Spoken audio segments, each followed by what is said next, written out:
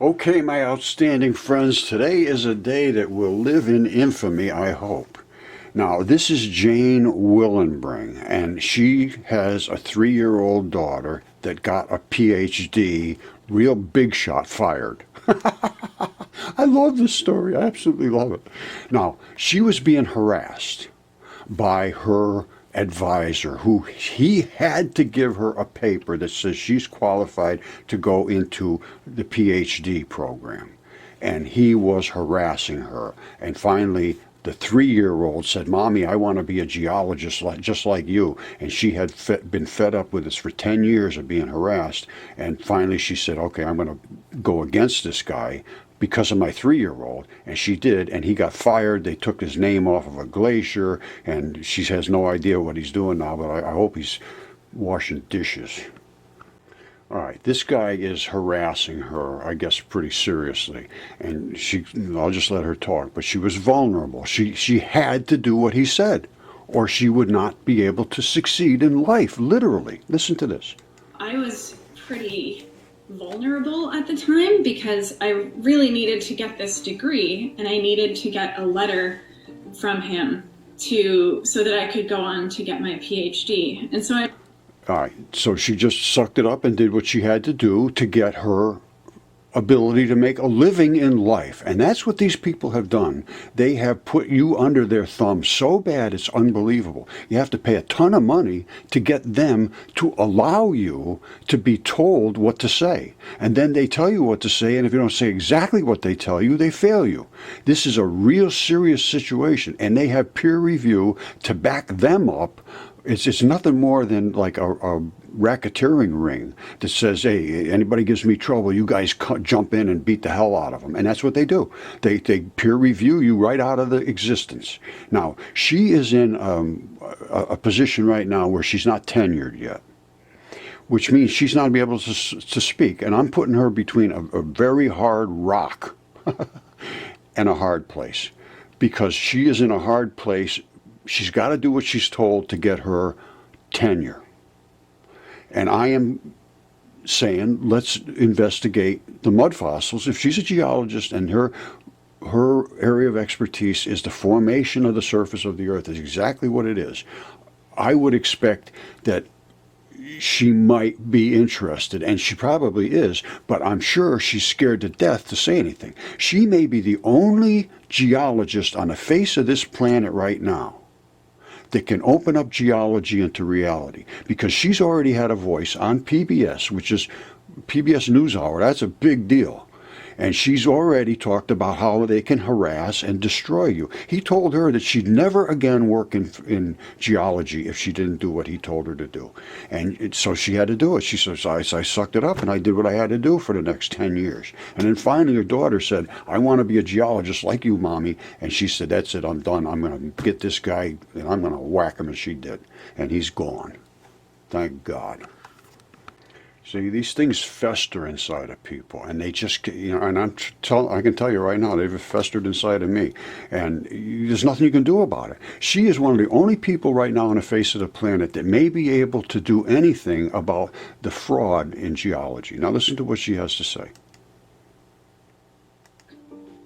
one day, my little girl said, "I want to be a scientist just like you."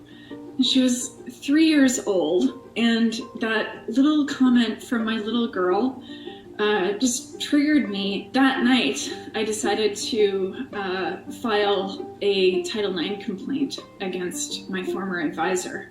Other women came forward as a result. He filed an appeal. Then the president of the university actually stepped in and said, "Nope, we are firing him. He is no longer going to be working at this university."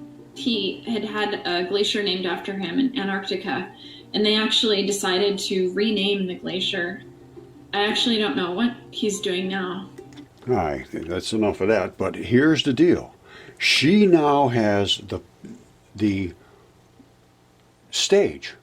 She has shown that these people, she said over half of the women that work in field work end up getting sexually harassed, just like she was. And they can get away with it. They can get away with impunity because they literally own you. You are a slave to them. They force you to pay them, then they force you to say exactly what they tell you to say, or they destroy your life.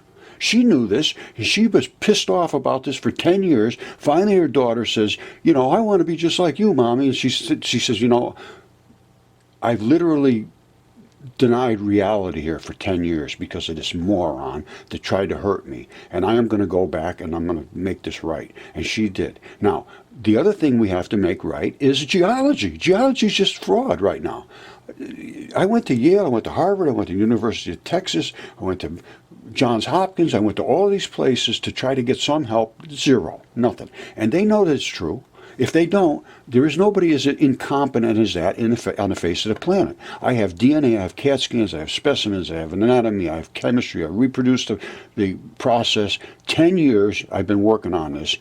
A ton of other discoveries have come about it in biology because of the understanding of how stone is derived from biology. That was a bone, and now it's a stone. And now this is her realm, and I know this is as good as anybody on the face of this planet, and I need to be spoken to in that realm, and I'm not allowed in that realm.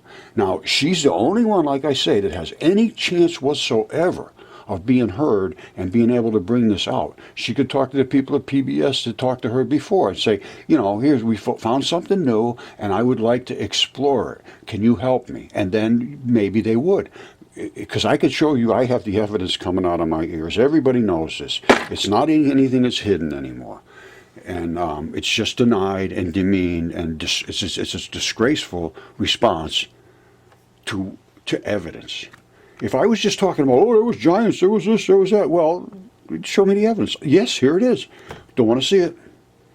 That's what geology has become, a system of denial and intimidation. So if you wanted to, you know, like I say, she's not tenured yet, so they could just tell her to go away, and that's what they will do. I'm almost certain if she steps up.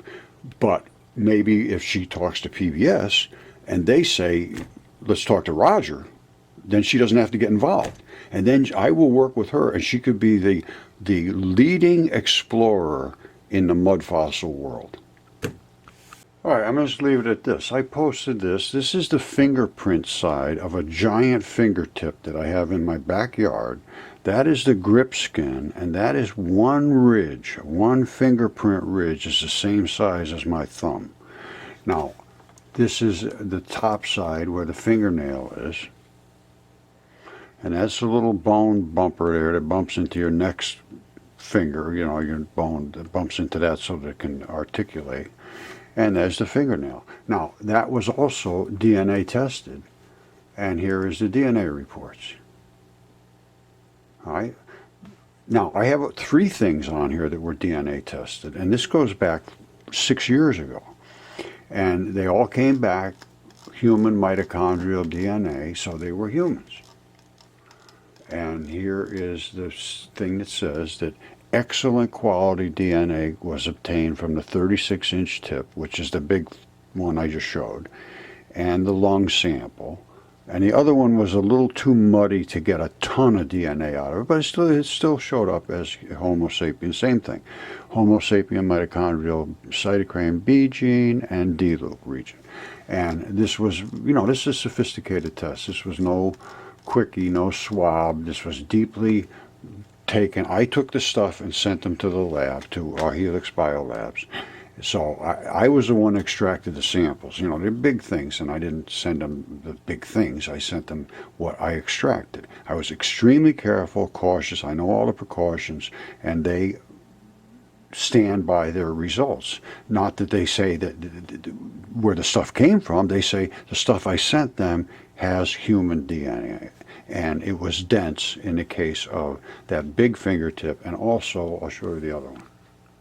All right, I have a ton of stuff, so this was on that report too, this lung, and I took it out of the red end, the tip. Lungs are saturated with blood. This one had blood running out of it. It just ran out of it. And these are the alveoli. You can see the holes of these alveoli, same things as these are here. This one here was deteriorated down to a point where it was right down to the lobes, and that's where the blood ran down to. It was probably laying like this. And this one was in a different condition, but it was still a lung, and it was still preserved in spectacular manner. All right, this also is a left human hand, and it was tested human, DNA certified. That's the little bumper pad that runs around. This is it right here. That's the tendon that runs right down just like you have on your hand. This is the grip skin that peels off, just like I showed on the other one that I actually peeled it off. And I have fingertips, I have knuckles, I actually have some pieces of the rest of it. And that also is on my property here, and also DNA tested as human. So if we're going to have some honesty in geology, somebody's going to have to speak up. And just because they're intimidated, they're not speaking. And this has been 10 years I've known about this. And 5 years, 6 years ago, I had the DNA test done, CAT scans. I have CAT scans, I have DNA tests, I have specimens, I have chemistry, recreated the process. I've made mud fossils, very simple to do. I understand the process, nucleophilic substitution and invasion, and using the transition metals, kind of new understanding of the invasive process of biology with minerals. And I can recreate it very simple. It's not a hard thing to do.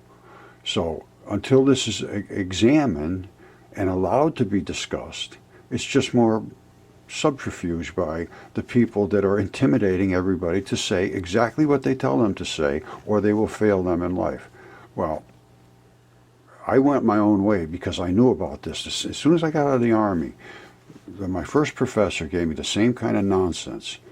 And I kept going from there to find more and more nonsense. Finally, I said, that's it, I'm going on my own, and I did. I was very successful. I had no problem with life. But I would not be able to live under somebody else's thumb. That just did not work for me. All right, so I hope that that doesn't work for somebody else. And I can tell you what, there's other ramifications here for the geological people that have refused truth to support their status. That is what's called fiduciary failure. If they're not working in the best interest of students, that's a fiduciary failure. It's a criminal offense, and it seems to be that's pretty obvious that they are certainly not interested in working in the student's interest, and especially right across the board. If I'm wrong, prove me I'm wrong.